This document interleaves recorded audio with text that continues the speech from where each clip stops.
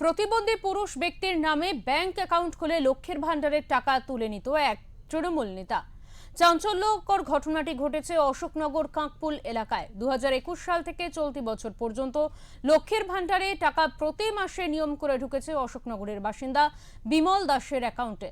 তবে তার ব্যাংকের পাসবুক নিজের কাছে রেখে দিয়েছিল এলাকার তৃণমূল কাউন্সিলর ঘনিষ্ঠ তৃণমূল নেতা সমীর দে। পাশাপাশি প্রতিবন্ধী বিমলের আবাস যোজনার ঘরের টাকাও 2018 সাল থেকে এখনো পর্যন্ত সম্পূর্ণ দেয়নি এই নেতা। সেই কারণেই তার বাড়ির কাজও অসম্পূর্ণ রয়েছে।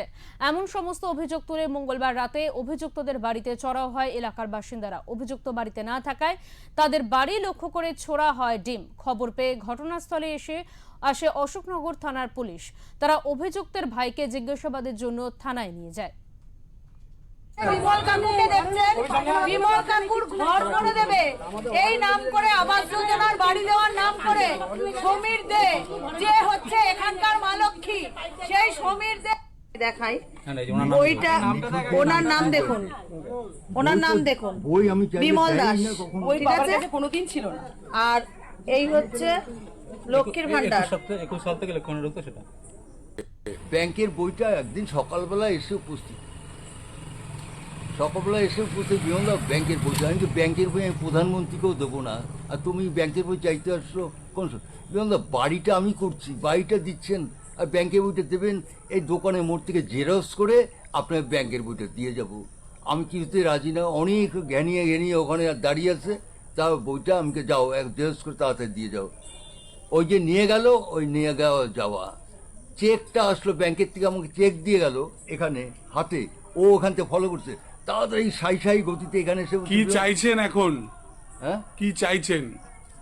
আমি চাইছি সুষ্ঠু বিচার হোক। এখানে মূলত বিমল দাস একজন প্রতিবন্ধী বয়স্ক মানুষ, যার নামে লক্ষ্মীর ভান্ডারের টাকা তুলতো সমীর দে নামে একজন মা লক্ষ্মী। সেই মা লক্ষ্মীর মাথার উপর আবার সঞ্জয় রাহা নামে একজন মা লক্ষ্মীর হাত ছিল, যারা মিলে কোটি কোটি টাকা, বাংলার টাকা লুকিয়ে গচ্ছিত করে রেখেছে নিজেদের বাড়িতে।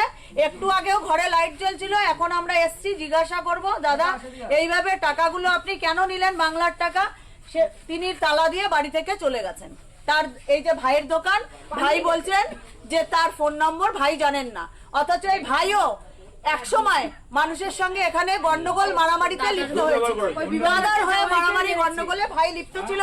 এখন হচ্ছে ভাই বলছে সমীরদের নম্বর ভাই জানে না।